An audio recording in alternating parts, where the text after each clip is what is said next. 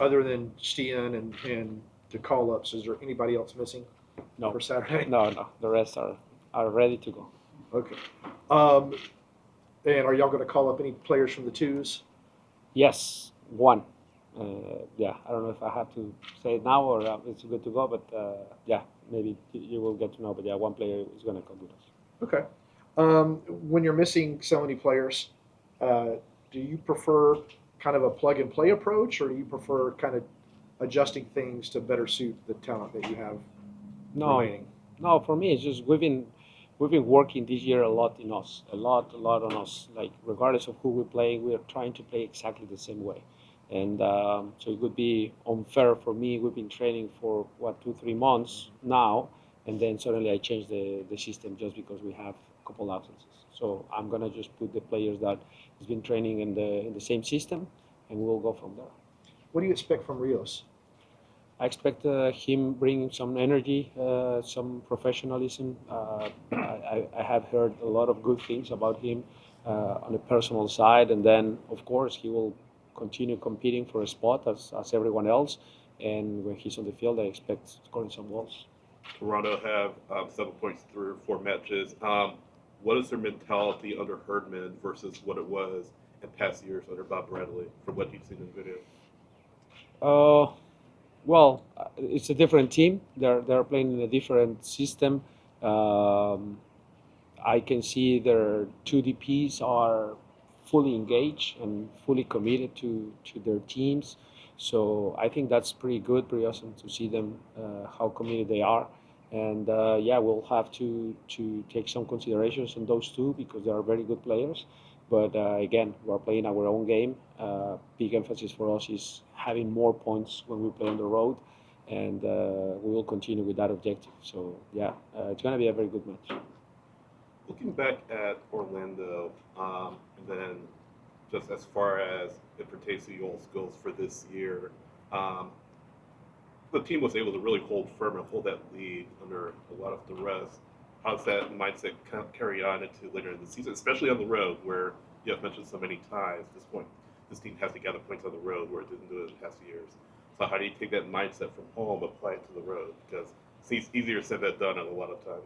Yes, yes. No, I love the question because it's big part of our system. We take this, approach from Ben Frickley, our psychologist of start, stop, continue, right? And it's every time when you do evaluations, when you do after the match, what we need to continue doing, start doing, and stop doing, right? And for me, we need to continue with this solid block that we have defensively. I think the defenders look just sharp in defending and defending the box, and they look like they can hold a 1-0 lead by a very good amount of minutes. I think that's good when you talk about the mentality of the team playing on the road. I think that's very important that we are hard to break first, but at the same time we need to start to play better a little bit, especially when we play on the road. We need to have and give a lot of value to the possession sequences, and 20, 30 passes sequences are good for us because that gives us rhythm, give them confidence, and hopefully after doing that we can finalize with a good chance. But for me, possession sequences are so important for us. And also something we've been very good is the transition moments. So of course, in those away games, at times the opponent takes a bit more the leadership of the game, and then maybe in transition you can hurt them as well. So it's part of what we've been working on a system where we want to be on the front foot, having control of the game. But when that doesn't happen for whatever reason, we are very good in transition. So I think we're going to continue doing that. How's Stian doing? And do you have any update on him? Yeah, no, no updates at all. Honestly, we're waiting a little bit on the doctors and all the things that they have to do on him.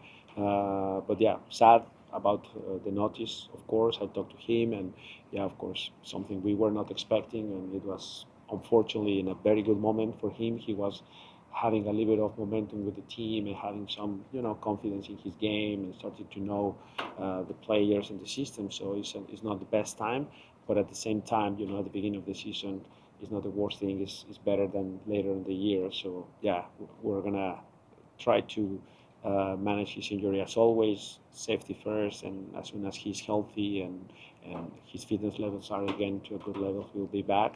and I hope it happens soon. So looking at the next man up, Noah Cobb, how's he looked in training this week, and what's going to be key for him to step into Stian's shoes? I think just playing his own game. He's been amazing. I mean, you guys remember a couple of the preseason games. He was a different level compared to last year, completely different. So for me, when you look at development of young players, you have to accept some of the ups and downs in the career. I think this year Noah has been very stable and very mature. So for me, what I expect is he gives me that, what I've seen in preseason, what I see day in, day out in training session. I just expect him to perform the same. I don't need him to be compared to Stian because they are different characteristics. Just playing kind of the same role that Stian does. The leadership is being very good from Noah. Noah is very vocal, which is something that I really like for center backs. So you just need to enjoy the game. The team last season, without Almada, struggled a lot. Now you're missing more than just Almada. How can the team go to Toronto with this depleted roster and get a result? I would say that any team in the league, you take one of the DPs out, and it's not the same. Any team. So it's not different with us. Like, of course, the weight that Almada and Gigi carries on the attack and the attention they get from the opponents. At times, even though someone else like Jamal has a great game, at times they don't carry the same weight on the opponent, and they don't take the same amount of attention, and that happens, right? But for me, we're very happy with the development of some of the guys playing in the same system. I think Jamal did a great preseason. Nick Firmino did a great preseason. Tyler did a great preseason. I think, unfortunately, Edwin and Derek were a little bit injured, but they are good players that can impact the game. Dax has been amazing. I mean, we have players that been great in this preseason and in training, so we have full confidence in them. How is Derek doing? He played a half with the twos on Sunday. How's he doing? Yeah, he's doing well. Honestly, he's been training very good. Honestly, kid always trains very hard.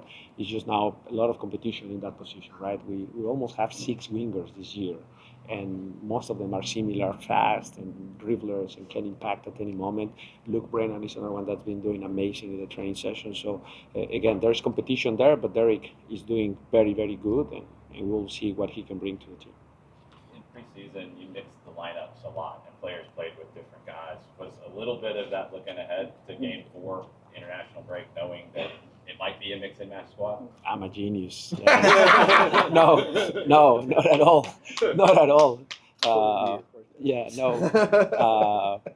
Not at all. We just try to put everyone in the system. For me, it was very important that us is regardless of who's on the field, you look at us and you say that's Atlanta United, right?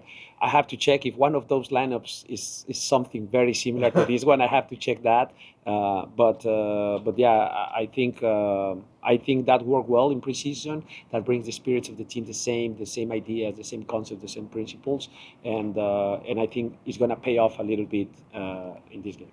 In a week like this, where there is a different vibe, I think, on the field, just with guys away, so you have different personalities, different voices. Is it kind of an opportunity and an exciting week for you and your staff and for the players to start fresh in a way?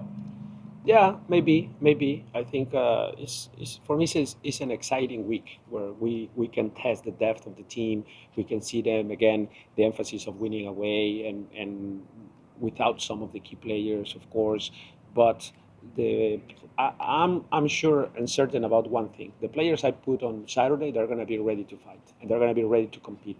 The result, who knows, but I know my team will be ready to fight, to compete. All of those guys that I will put there, they are fighters. They've been grinding. They've been competing very good in the training sessions, so I'm sure they're going to compete very good. Rios mentioned having to adapt quickly. How do you and the rest of the coaching staff help to ensure that he has a smooth transition here to the club? Well, some conversations, of course. At the same time, give him some time just to process his own changes, right? His wife here, family, getting a new apartment, car, all these little things that you don't think about at times, but you have to give him time and help him on that side, help him to adapt, but at the same time, having conversations with him about our system and how's our process more than anything, because we have good processes here. And for him to understand those processes and who's in charge of what in the coaching staff, how we can help him, I think that's very important. And hopefully he starts to get to know us a little bit better, and his adaptation is fast. So far, do you feel like it's been a smooth transition? Yes, also because he knows the league. He came here very young. Yesterday I was talking to him about his challenges when he was coming here, the second division league and USL, how he earned his spot in Charlotte with the USL team. Then he went to the first team and stayed there for 2 years. Nashville. I mean, I think he knows the league, knows the players, knows the bands. He knows what is Atlanta, so he's not completely a new guy that is here. He knows pretty much everything. Is more he knows us, knows Atlanta, knows the staff, knows the players. So I think his integration is going well. Considering all the factors on Saturday, the weather, the starters y'all are missing, will game management take on a more important focus for the guys, just to recognize situations if you have a lead or if you're chasing the game? Yes, I think we don't practice that a lot. Like, okay, we're winning 1-0. I think we have done that in the past in some other years. I think this year we try to be consistent, and we talk about that. Again, point of emphasis, consistency, always trying to be the same, regardless of the scoreline. But of course, adaptation is also another one. Is trying to adapt to the situations are presented. Are you a man up, a man down? Is the field slow? Is the field fast? Is cold? Is the heat? Is all these little factors that can change the game and how we can adapt on the field quickly. And that was part of the preseason idea, taking them to uncomfortable places, different weather, different grass, like a lot of stuff. At times with heavy legs, we made them play just to being tough mentally. So a couple of those and how we adapt to different situations. So game management is one of those where we're winning 1-0. What's our mentality? Are we protective and we want to defend that lead, or we want to increase the lead? And depends of what is in front of us. The opponent is coming with a lot of numbers. Maybe it's better just to defend and be solid a little bit and then maybe hit them in counter, or we feel we can be dominating the game and trying to score the goal in the front foot. It depends on the situation, right? But I think that by now the players know those factors and how they can communicate on the field to adjust. So I hope that continues, and that is now a strength of the team of how we manage the games. You've talked before about the pairings within the squad on the field. How have those pairings been developing in your point of view, and are things going the way that you want them to go? Well, talking about this lineup that is coming, or the first Just three in lineups? general. In general, it's going well. I would say if I judge the last three lineups, I think the pairings and in general just repeating 3 consecutive lineups is good. I don't know if it's the first time I do that, but it's one of those, or second, or something like that. So for me, it's a positive. But now, with this maybe new lineup, I think it's going well, especially because in preseason we did a lot of this, and we start to mix all the defenders with different defenders, center backs, and center back with different fullbacks, and center mids with different center mids, and the 10 and the 9 and the wing. So I think that in that way they are not just one pair that is cohesive, not just one pair that is in tune, and then if you change one, then they don't know each other. No, we've been doing that in the training sessions. At times, I don't put the lineup until the day before the game, and they training in the system, and it's more the roles rather than the pairs. But of course, as you continue with the games, you're going to start to know, Derek with Abram, Derek with Stian with Noah, Stian with Abram. So you start to know what each pair can give you, but the cohesion, and I feel like is in a good place. You mentioned fitness after the Orlando match. Knowing that you're going to be playing this 30 degrees at kickoff, do you approach this week in terms of the amount of training or anything with that differently? No, honestly, the cold weather for me it doesn't affect that much. It's more, a little bit make sure that the warm up is appropriate and having some strides before and all that. But other than that, you have actually a bit more energy. I feel like when it's cold, you feel better, you feel fresher. But it's for me the field is that going to be a little bit frozen. It's going to be windy. So then if we play long balls, which side and all these things. So little factors like that, how the grass going to be. So all these little things that the cold weather is going to bring is what we need to adjust. Thanks, everyone. Yes. Thank you, guys. Thanks, Thank Coach. you. Not a single